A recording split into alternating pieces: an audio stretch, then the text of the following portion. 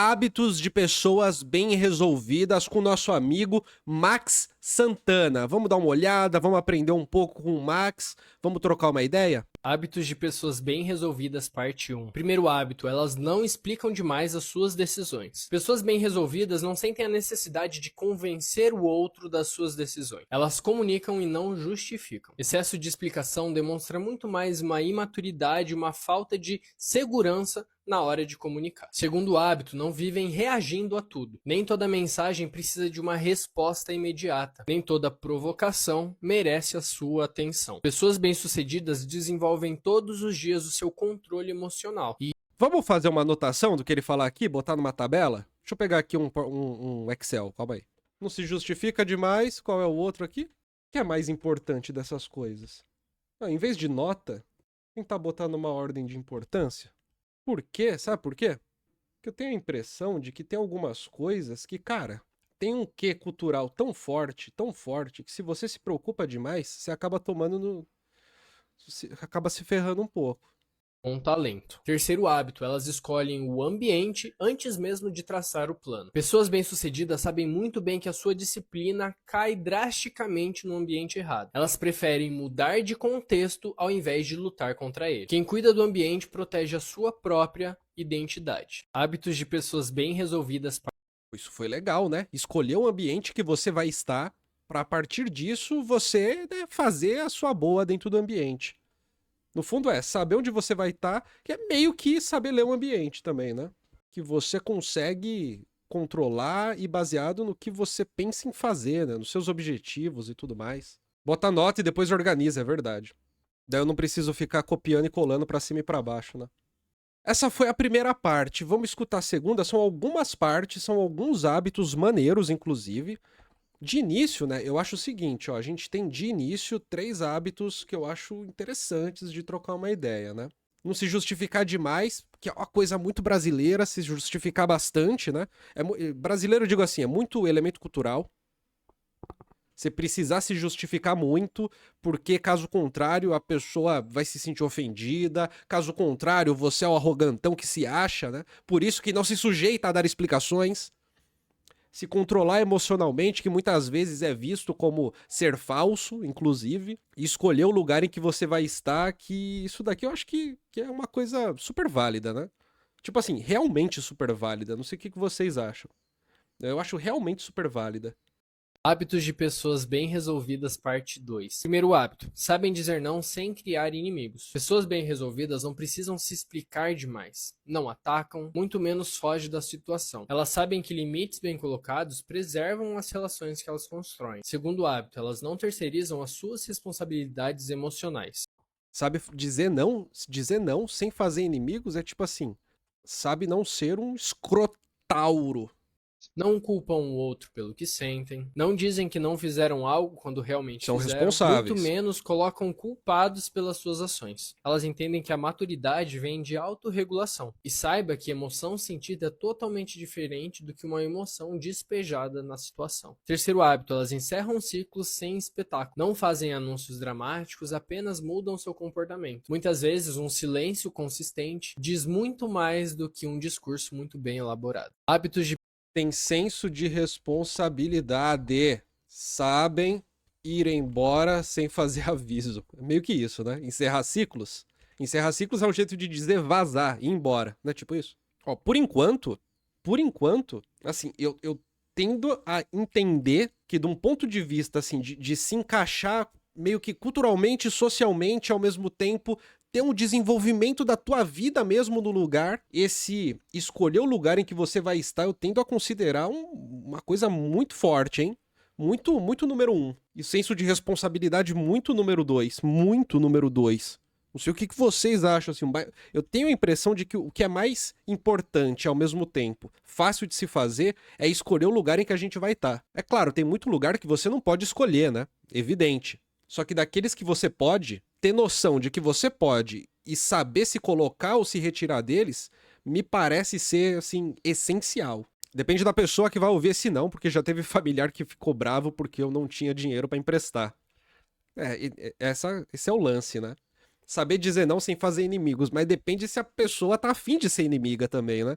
Tem coisas que, sabe, depende muito da relação, mais do que de você próprio. Porque esse lance do dizer não tem a ver com a construção da relação, né? Não exatamente com você. Você pode dizer o que você quiser. Se a relação é construída com permissividade, se o modus operandi da relação é uma permissividade absoluta, aí não adianta. Não adianta você dourar a pílula o máximo que quiser, não vai adiantar muita coisa. Hábitos de pessoas bem resolvidas, parte 3. Primeiro hábito. Elas não precisam provar que estão bem. Elas entenderam que a verdadeira felicidade, ela é discreta, ela é simples, ela é singela e verdadeira. Quem está realmente feliz não precisa ficar fazendo propaganda disso. Elas vivem e aproveitam a sua própria felicidade. Segundo hábito, elas sabem escolher as batalhas que desejam enfrentar. Nem toda verdade precisa ser dita, assim como nem toda injustiça precisa ser confrontada. A nossa energia ela é escassa. Por isso que pessoas bem resolvidas sabem onde colocar a sua energia. Terceiro hábito, não confundem intensidade com profundidade. Elas entendem que relações calmas nem sempre são relações frias e que cultivar uma relação ao longo do tempo vale muito mais pela constância do que pelo simples fato de você ser intenso, de você ter uma relação com intensidade. Quando você cria vínculos fortes, independente do tempo, independente da distância, você sempre consegue retomar e cultivar aquele momento de alegria para ambos os lados. Daqui foi muito legal, hein? Porra, isso foi maneiro demais. Intensidade é diferente de profundidade. Interessante. Qual eram os dois primeiros mesmo? Não faz propaganda da própria felicidade. Sabe escolher os conflitos que vai entrar. Porra, que também isso daqui é relevante pra cacete. Cacete, meu Deus do céu, isso é muito relevante. Meu Deus, isso é muito relevante. Minha Nossa Senhora. Esse de saber escolher os conflitos que você vai entrar é muito relevante. Porque tudo pode ser conflito. Literalmente tudo pode ser conflito. Tudo pode ser. Literalmente todas as coisas podem ser conflitos. Alguns a gente tolera, outros não. Em alguns momentos sim, outros não. Escolher quais injustiças enfrentar, é tipo isso. Gente feliz não enche o saco, exato. Juliana, você quis dizer o contrário, né? Gente feliz enche o saco. Tem uma frase do Abu Janra, cara. Hoje, você gostaria de ser menos idiota do que é ou de ter sido menos idiota do que foi? A frase é boa, né? Mas isso aí é um pouco em cima daquele... Primeiro, como vai, Abu Janra, tá bom? Mal, e você? Não, eu tô ótimo, graças a Aproveite Deus. porque passa. Mas eu sei disso, mas é que normalmente quando... você sabe o que é um chato, não? Chato é aquele que é capaz de ser brilhante no café da manhã. É? É isso. Chato é aquele que é capaz de ser brilhante no café da manhã. Pois é, mas a minha teoria de chato é ser aquele que você pergunta como vai e ele resolve contar.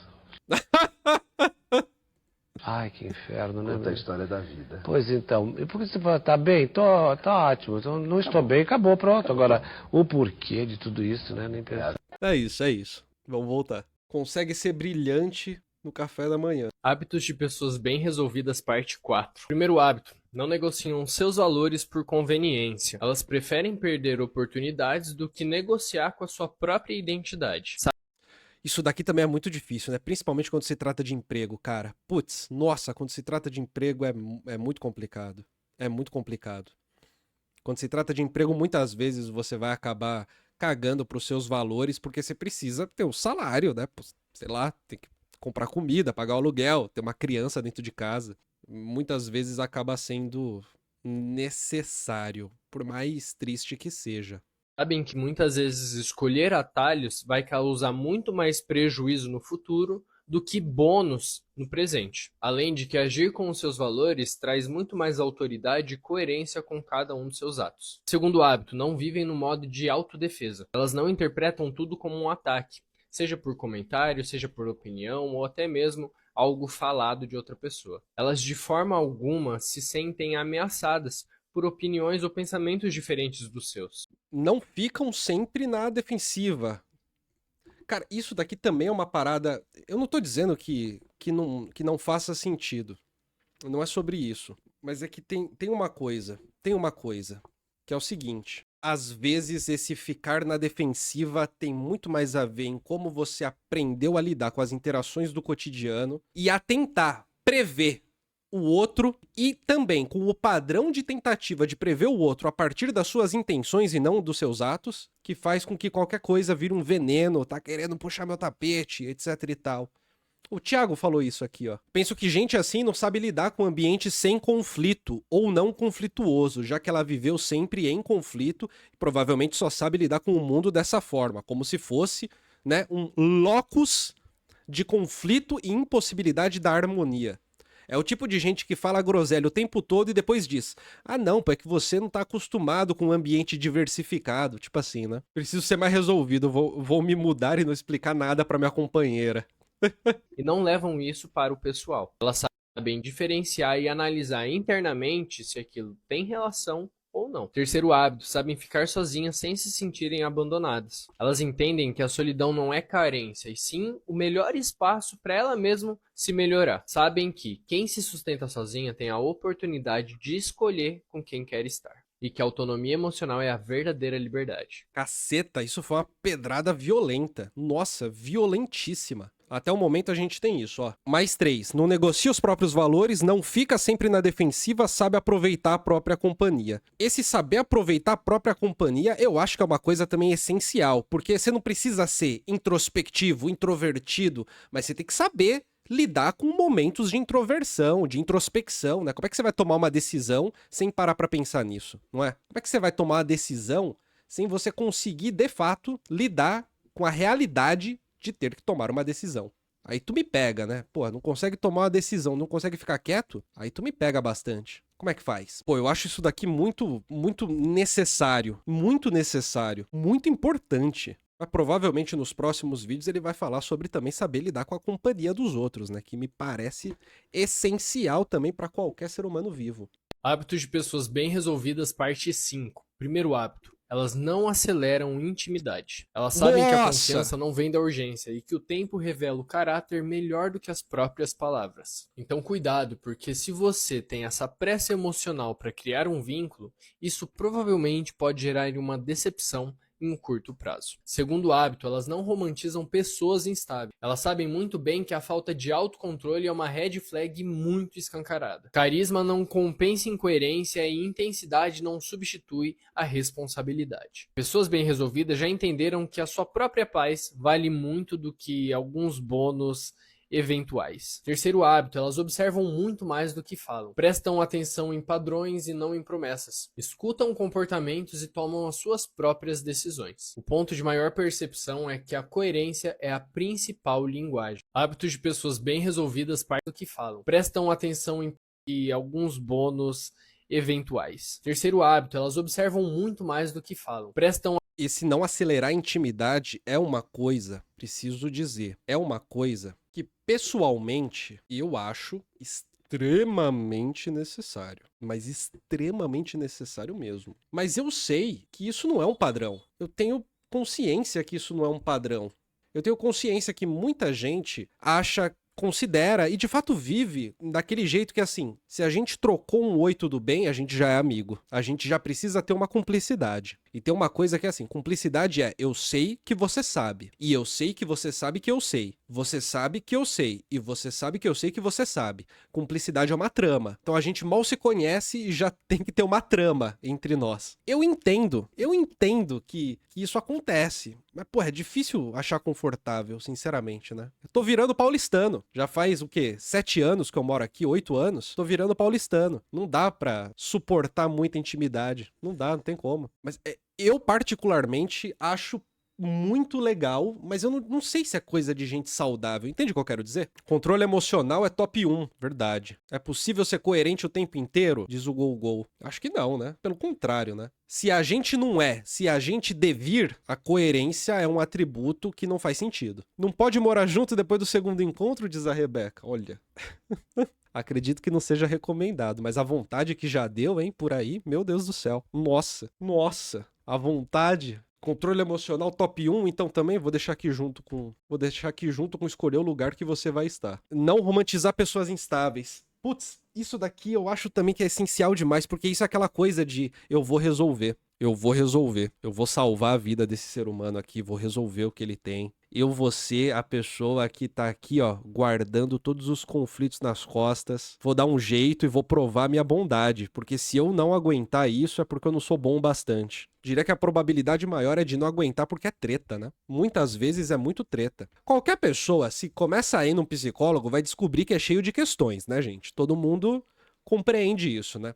Se você é uma pessoa super de boa, assim, seu dia a dia é super normalzinho, daí você começa a ir no psicólogo, você descobre que tem várias questões que talvez você lide bem com elas, consiga reprimi-las de um jeito muito eficiente, mas aí você descobre que elas estão ali, estão operando, estão te maltratando de um jeito ou de outro, e sempre vai ter alguma coisa pra te maltratar, né, ao longo do tempo. Mas tem uma coisa que é isso de romantizar pessoas instáveis, que é de achar que você pode ser o porto seguro de alguém muito instável. Eu tô assistindo aquela série, eu não vi na época que saiu, tô vendo agora, aquela francesa, Tremembé, já ouviram falar dessa? Que mostra a Suzanne von Richthofen, a Ana Carolina Jatobá, o Alexandre Nardoni, os irmãos Cravinhos, Tremembé, daquele lugar que faz o queijo francês. E tem a moça que ela vai visitar o irmão na cadeia, ela conhece o Daniel Cravinhos e se apaixona por ele ali e tal, tem fetiche em presidiário. Ela chega a dizer isso pra mãe dela, né? A mãe dela pega ela no flagra com o Daniel Cravinhos, na série, não sei se a história é essa, mas na série de ficção baseada em fatos reais. Pega ele pega eles, os dois, dando uns amassos dentro da prisão, e ela diz assim, não, é que eu tenho fetiche. A mãe dela fala, fetiche? É, fetiche em presidiário. Mete essa pra mãe, assim. Tem essas pira. Aquele lance, fé nas maluca, os caras também que fica com as minas doidinha porque, sabe? Não, eu vou dar o amor necessário aqui pra pessoa conseguir aqui dar um jeito e tal. E também, eu acho que também tem uma coisa, que é um lance assim, a concepção popular de que amor não é algo construído, mas é algo natural. Natural no sentido de que assim, né? Eu te amo simplesmente por amar. Aconteceu, a vida é assim. Não é que eu te conheci, gerou uma identificação, a sua companhia é agradável, a gente se dá muito bem, fisicamente a gente se dá bem também. Não é isso, mas é assim, né? Do nada, Deus apontou o dedo pra mim, apontou pra você, o Cupido chegou na nossa vida, fez a gente se apaixonar. E se eu negar o desejo do Cupido, pô, eu tô fazendo besteira. A fala sobre São Paulo me lembrou que essa de não forçar amizade se tornou defesa. Lembro de um vídeo onde a menina falava que São Paulo não se faz amizade se você não tiver nada pra dar em troca profissionalmente. Não sei, assim. O lance não é profissionalmente, né? O lance é, cara, você não vai fazer amizade só porque você é um ser vivo, sabe? Você faz amizade porque você tem algo em comum com as pessoas, né? A depender do lugar, tem a ver com vida profissional. A depender do lugar é futebol, a depender do lugar é uma vivência específica, né? É que muitas vezes eu vejo que essa crítica a São Paulo, ela trata geralmente o lance assim, ó. É que no centro, no bairro da classe média é assim, mas na favela não, na favela a gente é legal. Daí tem essa imagem do favelado bom selvagem, tá ligado? O favelado que é o bom selvagem, que ele é inocente, ingênuo do bem, não espera nada. Como se a amizade fosse algo qualitativamente, estruturalmente, aliás, diferente a depender da região. Qualitativamente pode ser, porque vai depender justamente do que move a existência da amizade nos diferentes locais. Mas estruturalmente, amizade é reciprocidade. Tem algum nível de reciprocidade. E algum nível de cumplicidade também. Eu tenho medo de gente com síndrome de Salvador. Ninguém muda ninguém, as pessoas mudam por si mesmas. Geralmente a vida é assim, né? A gente acha que mudou, mas tem um esforço ali que é do outro. E observar mais do que fala. Isso daqui é tenso, porque se todo mundo observa mais do que fala, chega uma hora que ninguém fala nada, né? Não é? Todo mundo tá ali observando, assim, ó.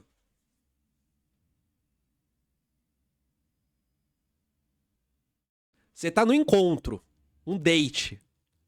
Tá só observando. Só na observação. Só na observação. E a pessoa olhando pra você também. Só da observação, hein?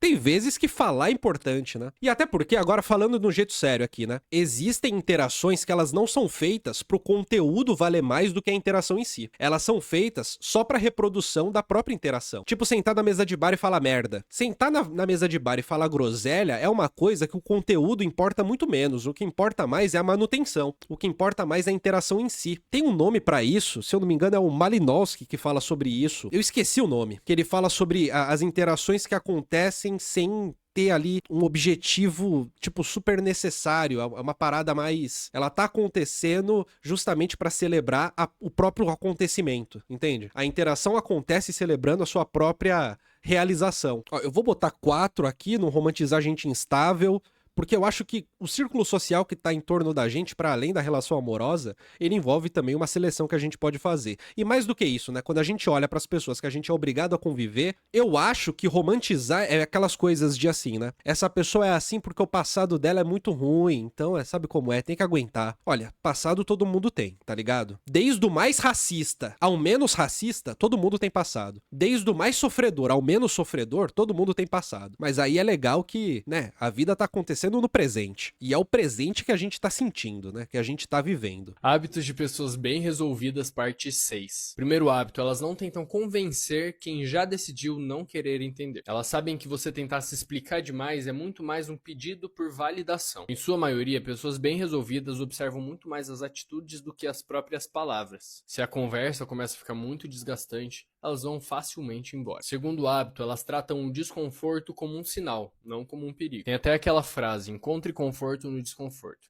Isso significa que o momento de desconforto é um sinal de que você está prestes a crescer, prestes a passar por uma etapa de desenvolvimento pessoal. Ao invés de fugir, elas analisam o contexto, Pra isso ser uma entendem a groselha, situação é e dois elas palitos. buscam a melhor forma de aproveitar todo esse desconforto. Quando você foge do desconforto, você está mandando um sinal para o seu cérebro de que você não deseja crescer, não deseja progredir e que está confortável onde você está. Terceiro hábito, elas escolhem um silêncio estratégico ao invés de debater, discutir ou até mesmo falar. Nem tudo você precisa de uma resposta na hora. Quando você responde rápido demais, muitas vezes você deixa de pensar, você deixa de analisar as melhores oportunidades que você pode enfrentar ou lidar com elas. Quando você sabe lidar com o silêncio e trabalhar em cima disso, você toma as melhores decisões possíveis. Silêncio bem utilizado vira controle da situação e um poder estratégico nas suas mãos. É que isso eu acho pequeno burguês pra cacete. Com todo respeito, pô, com todo respeito. Não tô usando jargão aqui, igual várias pessoas ficam usando jargão à torto e direito, assim. Não tô querendo usar jargão aqui não, mas assim, eu acho meio pequeno burguês. Existem sociabilidades em que o silêncio é sempre uma derrota. E infelizmente, quando você aprende e naturaliza esse tipo de sociabilidade, você sai do espaço onde ela opera, vai pra outro espaço e você vai se ferrar nesse outro espaço. Sociabilidade não é tipo uma coisa que é uma linha contínua do pior pro melhor. Não é sobre isso. Se você nasce num lugar em que o conflito ele é um mediador de todas as relações, as micro-relações, aí você sai desse lugar e vai para um outro lugar, vai para um emprego no escritório, em que o conflito é evitado, em que os tipos de conflito se resolvem de maneira diferente, operam de maneira diferente, e, principalmente, em que nem tudo é um conflito, você vai se ferrar e vai ser demitido em 2 meses de trabalho. E aí alguém vai dizer que você não faz o perfil da vaga. E, de fato, nesse caso, de fato, você não faz mesmo o perfil. A tua sociabilidade é nociva aqui dentro. Então, eu acho meio pequeno burguês porque existe um mundo gigante em que o silêncio ele significa fraqueza. E ele é entendido como fraqueza e ele opera como fraqueza. Existe um quê, então, na minha opinião aqui, existe um quê de relação de força mesmo, e existe um quê de normatividade nesse silêncio, nessa civilidade burguesa, que eu acho complicado de se lidar com isso como se fosse uma realidade, sabe? Uma realidade a ser alcançada, como se fosse uma norma ideal. Acho complicado. Desconforto é um sinal de perigo, por sua vez. Essa foi a segunda dita. Desconforto é um sinal de perigo. Não é um sinal de perigo, né? Desconforto é um sinal e não é um perigo. Aqui eu tenho muito medo de cair num papo de coach, assim. Estão falando aí papo de coach no chat. Isso daqui eu tenho muito medo, porque, porra, não é uma delícia uma vida confortável? Não é simplesmente uma delícia? É muito louco isso, né? Que é outro papo pequeno burguês também aqui que eu lembrei agora. Lembrei da época da especialização. Eu fiz especialização com 21 anos. E eu lembro de de uma companheira de trabalho, de faculdade ali, de sala de aula, mandar um papo assim de mais ou menos. Eu não vou lembrar o certo e nada a ver, né? Não tô tirando uma. Mas foi um papo do tipo assim, né? A pessoa ela fez ali a faculdade pelo ProUni, ela deveria ter ali uma consciência de entrar no movimento político pra compreender que ela faz parte de uma luta, etc e tal. Aí, tipo, cacete, velho. Porra, a pessoa viveu na merda durante 20, 30 anos da vida, fez uma faculdade, pela primeira vez na vida tá ganhando um salário decente, talvez. Talvez pela primeira vez ela alugou uma casa decente num bairro com infraestrutura urbana e social. Tá finalmente respirando, finalmente aproveitando a vida. E tu vai botar uma normatividade de que o sujeito, ele tem que ter, ainda por cima, tem que entregar um trabalho da vida dele pra um movimento político. Não porque quer, mas porque deveria, entende? Uma norma ética. Pra ser do bem, tem que fazer. E, porra, isso é muito pequeno burguês também. Isso é um desconforto do cacete. E isso é um perigo, de certa forma. Zona de conforto não é sinônimo de vida confortável, diz o Gol. Não, zona de conforto não é sinônimo de vida confortável. Zona de conforto, às vezes ela está num espaço de desconforto, inclusive, mas é um desconforto familiar. E não tentar convencer os outros, aqui, de novo também, eu acho que isso é relativo a certa forma de sociabilidade, principalmente porque, cara, se você tem um círculo social, tem certa cumplicidade, você não precisa convencer ninguém de nada, você pode até fazer groselha que as pessoas estão do seu lado, desde que você não fira as normas exclusivas do grupo. Você pode cagar na cabeça de qualquer um que tá fora, mas se dentro você tá adequado, tá todo mundo do teu lado. Fecham com você. Então eu não saberia como colocar isso aqui, sinceramente. Tem problema, zona de conforto, não fazendo mal a ninguém? Eu acho que se tiver problema, o problema ele vai ser pessoal, individual. Hábitos de pessoas bem resolvidas, parte 7. Primeiro hábito, elas não romantizam o próprio sofrimento. Elas sabem que a sua própria dor não vira sua identidade. Elas entendem e aprendem com o que viveram, mas não constroem essa própria narrativa para o seu futuro. Elas entendem que a superação interna vale muito mais do que a exposição externa. Segundo hábito, elas não explicam demais os seus planos. Elas entendem que projetos em construção não precisa ser compartilhado com todo mundo. Não precisa de plateia para aplaudir as suas próprias conquistas. Pessoas bem resolvidas protegem as suas ideias antes delas mesmas ganharem forma. É com menos exposição externa que elas conseguem colher os melhores resultados. Terceiro hábito, elas escolhem ambientes antes mesmo de escolher as suas próprias oportunidades. Elas não aceitam bons negócios em lugares errados. Elas sabem que ambientes moldam as suas características, seu comportamento e, consequentemente, os seus resultados.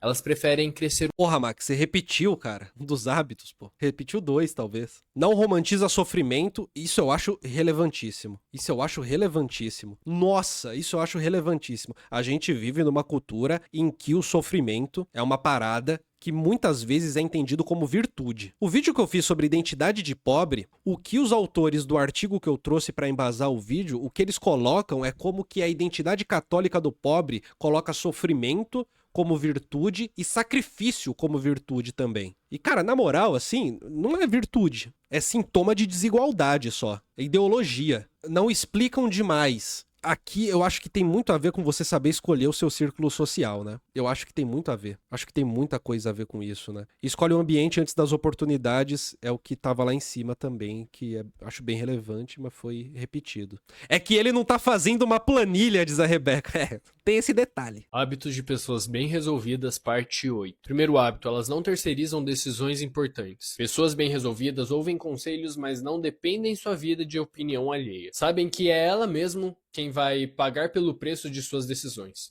e por isso não confia plenamente no que os outros dizem, e sim age pelas suas próprias convicções. Uma das maiores provas de liberdade é quando você mesmo consegue agir com as suas próprias responsabilidades. Segundo hábito, elas não confundem paz com acomodação. Paz não é fugir do confronto quando ele é necessário. Pessoas bem resolvidas escolhem ter conversas difíceis para evitar problemas futuros e maiores. Terceiro hábito, sabem ficar sozinhas sem se sentirem vazias. A solidão só assusta quem não está alinhado consigo mesmo. Elas de forma alguma usam outras... É o que a falta de uma planilha faz, né? Outra repetição. Aí eu digo, planilha é da hora. Esse é o último. Hábitos de pessoas bem resolvidas, parte 9. Primeiro hábito, elas distinguem com precisão o que está e o que não está no seu controle. Pessoas bem resolvidas não tentam de forma alguma controlar o que o outro pensa, o que o outro sente ou o que o outro faz. Elas investem 100% do seu tempo e energia naquilo que elas têm controle, que são as ações, atitudes e pensamentos de si mesmas. O sofrimento começa quando você tenta controlar aquilo que foge do seu alcance, ou a dominar o que nunca foi seu. Segundo hábito, elas não reagem imediatamente aos estímulos. Entre o evento e a resposta, o que elas fazem é criar espaço. De forma alguma, elas tomam decisões no calor do momento ou por receber algum elogio. A verdadeira forma de liberdade é quando você consegue controlar os seus sentimentos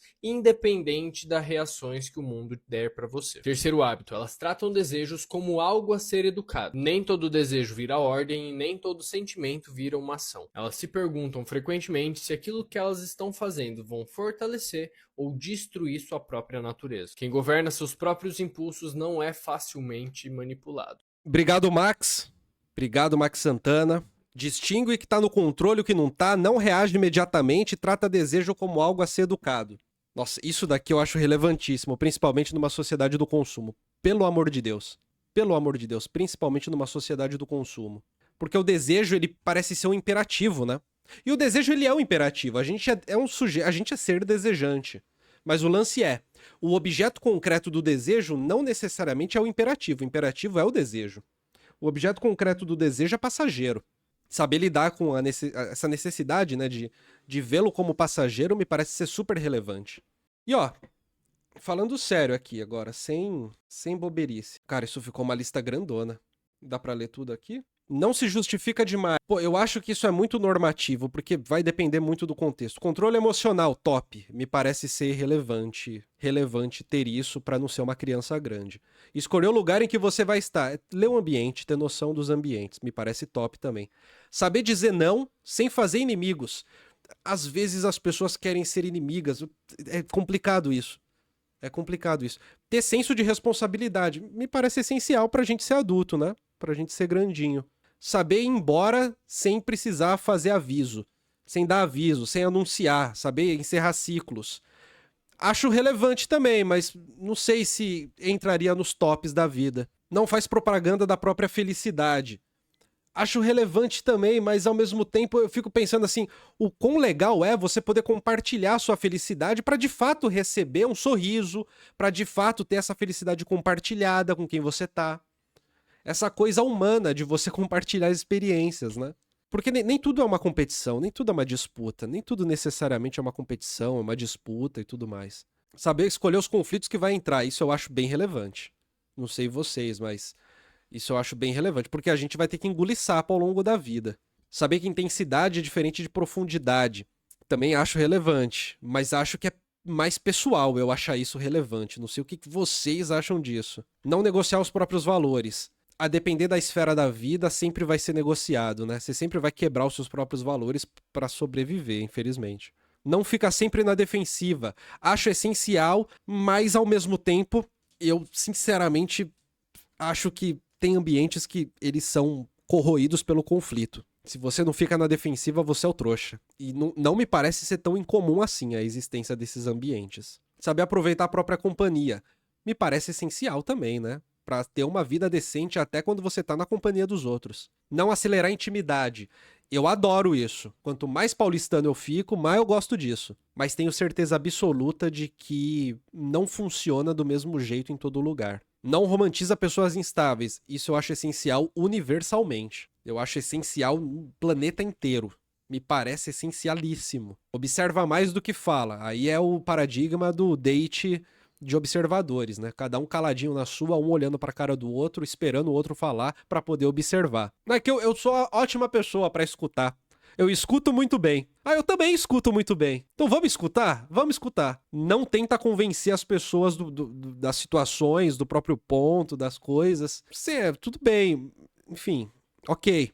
Desconforto é um sinal e não um perigo. Eu acho complicado também. Pra vocês é relevante o desconforto ser um sinal e não um perigo? Escolhe o silêncio em vez do bate-boca. Isso eu acho que definitivamente não faz sentido numa visão ampla de sociedade.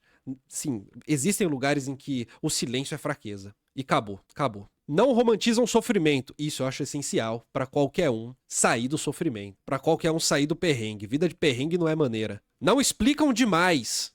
Eu me sinto desconfortável em ter que explicar demais. Tipo, me explicar, né? Nesse sentido. Não numa sala de aula, mas na vida, né?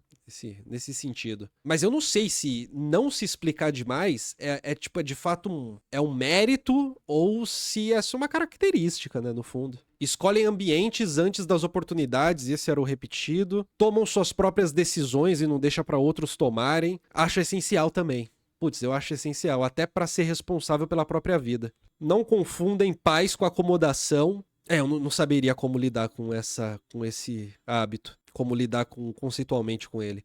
Distingue o que está no controle e o que não está. Isso eu acho também bem essencial. Não reagem imediatamente. Não sei. Tratam o desejo como algo a ser educado. Isso numa sociedade de consumo acho essencial também. Então boa parte ficou sem notinha porque não me pareceu que caberia uma nota, né? Vocês ficam à vontade se quiserem deixar uma notinha. Mas ficou assim, os mais importantes. O controle emocional, escolher o lugar em que você vai estar. Putz, realmente me parece ser bem relevante. Ter senso de responsabilidade depois. Em terceiro, saber escolher os conflitos e saber aproveitar a própria companhia. Em quarto, não romantizar pessoas instáveis e distinguir o que está no controle e o que não está. Em quinto, não romantizar o sofrimento. Em sexto, tomar suas próprias decisões e tratar o desejo como algo a ser educado. Algo que você vai conseguir lidar com ele sem se entregar, né, para o objeto do seu desejo. O Pablo diz, essa parte de propagandear a felicidade, que não é virtude, é avareza emocional. É uma ode ao individualismo. Se você conquista algo e não compartilha com quem tu ama, no fundo é achar que é só seu e não deles também. Desconforto, diz a Juliana, é o momento em que você levanta e vai embora para que você não debata com a pessoa. Tem briga que é melhor não entrar, né? Eu concordo 100%. Existe alguém que nunca toma decisões no calor do momento? Às vezes não tem muita opção. Imagino que ele tenha dito isso como norma, como regra, né? Como regra, e não nos momentos específicos, mas enfim. Mas é isso aí, e você? Qual hábito que você acha que você precisaria ter, ou qual você acha mais importante de se ter? Fica à vontade para deixar nos comentários.